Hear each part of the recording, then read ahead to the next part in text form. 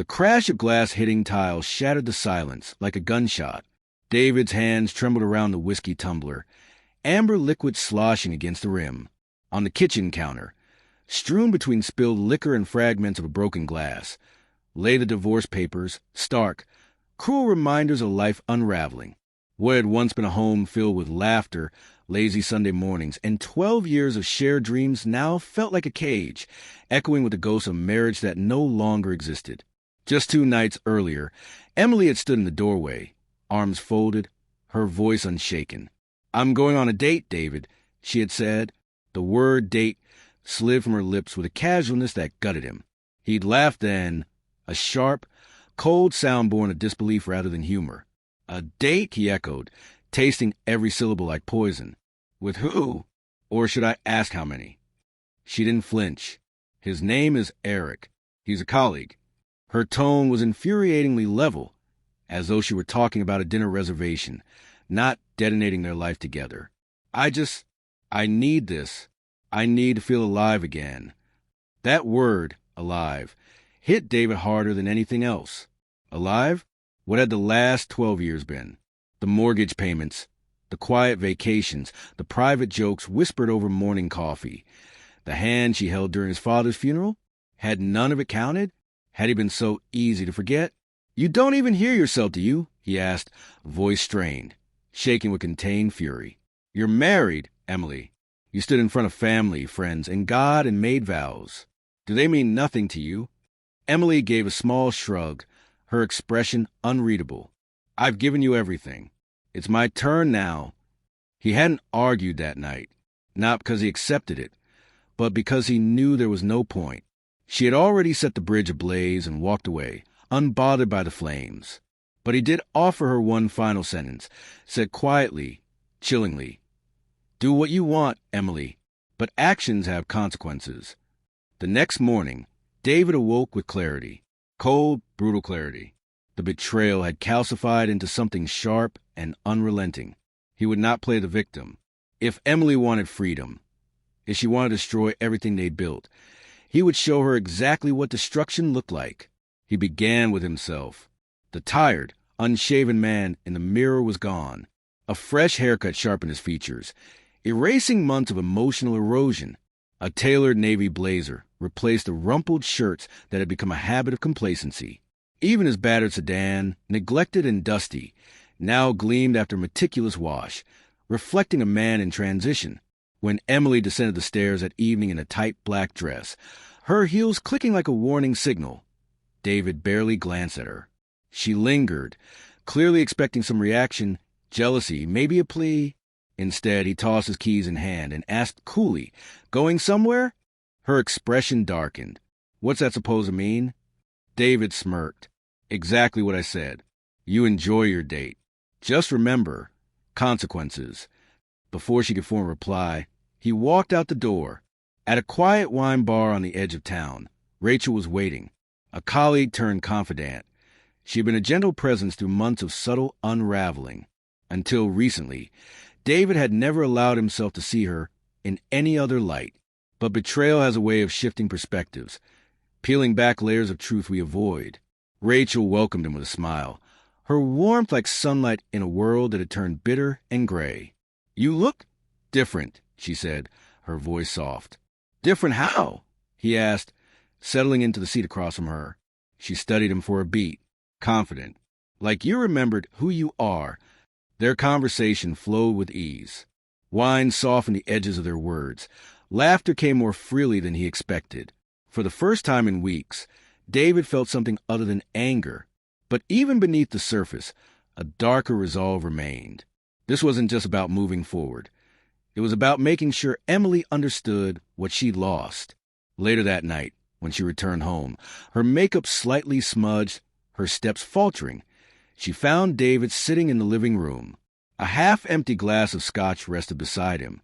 He didn't look at her. "You're still up?" she asked uneasily. "How was your date?" His voice was so calm it sent a chill through her. She hesitated. "David, I don't." He set his glass down, the sound loud in the quiet. "I don't care what you did tonight, but you'll care. Soon." Her brow furrowed. "What are you talking about?" He rose, his presence towering. You made your choice, Emily. Now I'm making mine. The next morning, she awoke to find the bed cold, empty. On the kitchen counter lay an envelope with divorce papers and a note in David's steady hand. Actions have consequences. Enjoy your freedom. But freedom was not what awaited her. David had already begun dismantling the world she took for granted. Outside a downtown law firm, David met Lucas, his attorney and a longtime friend. He handed over a manila folder containing carefully curated evidence. Bank statements with suspicious charges, late-night phone records, even photos taken discreetly of Emily and Eric. Lucas reviewed the contents and then looked up, impressed. What's driving this? He asked. David's eyes were hard, unreadable. 12 years of loyalty.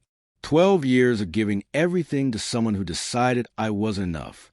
I want her to understand what she's thrown away. I want her to feel it. Lucas nodded slowly.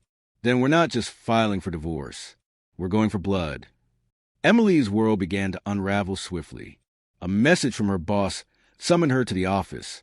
She arrived confused, anxious, only to find David sitting in the lobby. Beside him, a private investigator handed her a folder. Inside were photos, her and Eric, intimately entangled, laughing in hotel lobbies. A timeline of every lie.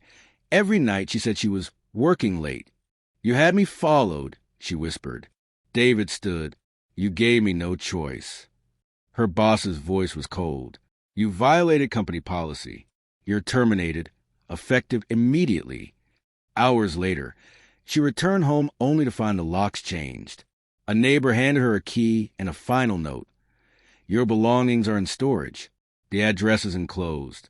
This house is no longer yours. In the days that followed, everything Emily once leaned on collapsed. Her bank accounts were frozen pending litigation. Friends distanced themselves. Even Eric, once her supposed escape, vanished after a visit from David's investigator. Word of his affair with a married woman spread, destroying his professional reputation. His girlfriend left him. Within a month, he left town. Emily's life shrank to a one-bedroom apartment and a part-time job at a local diner. Customers whispered. Coworkers judged. Every day was a reminder of what she destroyed.